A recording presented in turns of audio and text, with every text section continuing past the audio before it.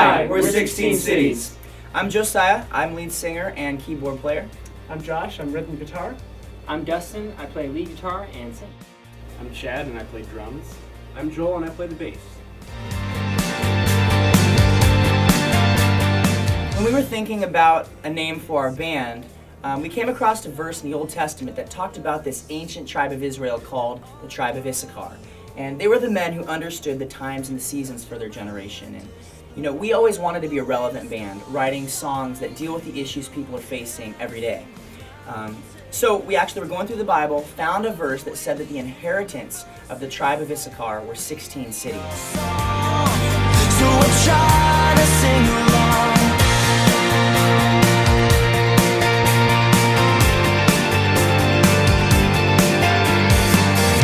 Looking up into the dark blue night, I'm in awe of your power. We met as a band in high school. We all went, most of us went to the same public high school, 3,000 kids, and public high school, unchurched, all the Christians didn't even really know each other on campus at all. And so we felt like there was a need for some kind of ministry where we could get all the people together and celebrate what God is doing on our campus and really just bring unity to our campus. And so we started a group called Wednesday Morning Worship, where we'd get people together every Wednesday morning before school and get together and just worship together.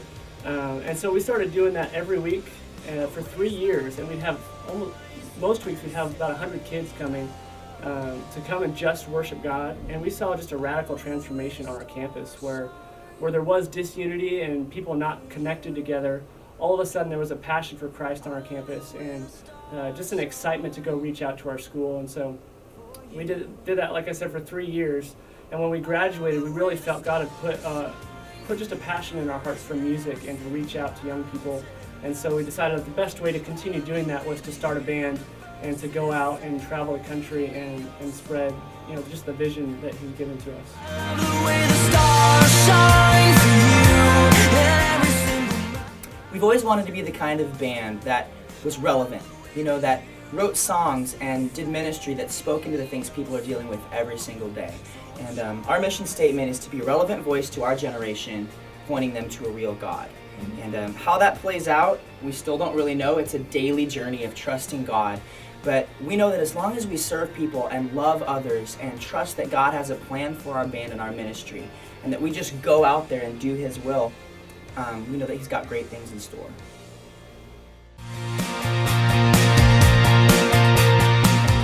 Being on the road can be really hard. You're away from your family and your friends and your church. It can be really hard sometimes to stay focused and to remember why it is that you started doing this. I think one of the biggest things that we have to realize is that we are a band of brothers and that we can lean on each other. And I think one of the most spiritually healthy things that we have done is learned how to tell each other what's going on and to really rely on each other when things are down and to lift each other up. I think the best way for us to stay relevant and remember why it is that we're doing what we're doing is to serve and to get to know the people that we're with. To not just do ministry on the stage, but to do ministry off the stage. To be Jesus to the kids, not just as a rock band on the stage, but as their friends and as a role model. And I think the best way we can stay spiritually relevant is to talk with kids, to get to know them, to do ministry right next to them. I think daily we have to remind ourselves why we're here.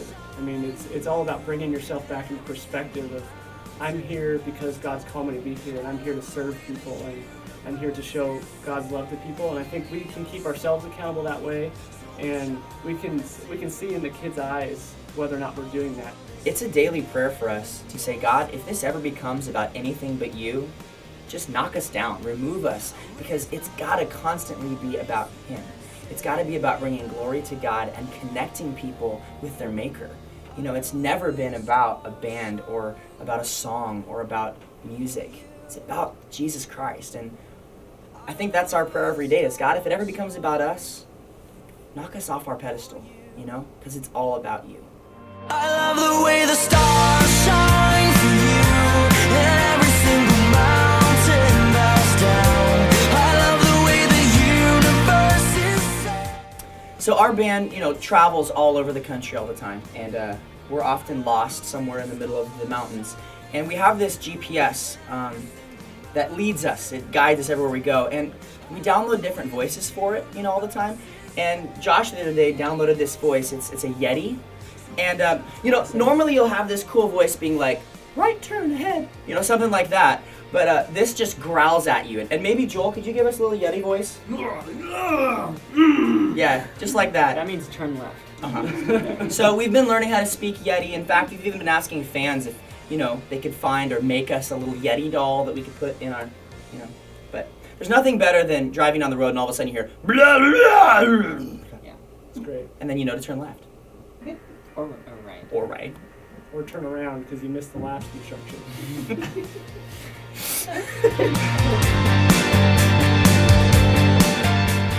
If there's one thing you should know about 16 Cities, we just can't keep animals alive on the road. We've tried time and time again. In fact, one time we had this fish. She was a little beta fish, and her name was Marilyn. She was white and she had a little. Yeah. So we called her Marilyn, True. and we took her on tour with us, and she survived like almost the whole tour, which, that's pretty good for a band to keep a fish alive for a whole tour. But then we got home, and we were really, really tired. We got home late at night, and we didn't really talk about who was going to take Marilyn home, and so we left her, and she froze to death. Yeah, fish popsicle. It's awesome. Yep. So then we told some kids at one of our shows about this experience with our Marilyn fish, and they decided it'd be a good idea to buy us yet another fish. Give us a second chance. Yeah. Fair enough. Yep. Redemption. And this fish's name was Grover. Yes. Grover lasted 2 days, and he froze Which during a in fish sound years check. is not. Is that more or less? Oh, he lived an exciting life, though. He got to go on tour for 2 full I days. think he saw like 4 or 5 states. More than most fish. Right. Probably more famous than the average beta fish has ever been. So true. All the world is singing. I got a story. Okay, so one time we were driving the van somewhere really far north. I think it was Montana, maybe. And anyway, it's the middle of the night, and most of us were sleeping in the van, and Josh was driving. Oh yeah. All of a sudden, we hear him just like, "What is that? What is that?" And so we all wake up and we're looking out the window, and in the sky, just way up there, was this giant glowing. Angel of the Lord. It was Mary, actually. And before We I didn't woke know them that. up, That's true. before I woke them up, I was legitimately terrified. Like It was. it looked like it should be like where the moon is in the sky. Seriously, that high above you and far away, but it was glowing and massive and weird shaped. And I thought it was like a UFO or something crazy. It was not where it should be. We spent a whole 5 minutes trying to get 3G coverage so that we could Google about it to find out what it was we were looking at. It's true. We looked it up and we found out it was Our Lady of the Mountains of the Rockies. She's a 90-foot tall statue of the Virgin Mary. Yeah. Lit up. Was this in Billings or Bozeman or something? It was in Montana somewhere. Somewhere in Montana. Montana. Yeah. So if you're ever driving through Montana and you see a giant glowing Virgin Mary in the sky, don't freak out. It's real. The worst thing about this was that, like, it says that she's there to look over the city and to watch over you and give you comfort at night, and like, she's like the guardian. And I would just be terrified to live there. Like, that was the creepiest thing I've ever seen in my life. So I think that's a fail thing happening there. We love you, Montana. You just download your 90-foot tall glowing Virgin Mary in the sky. Your design.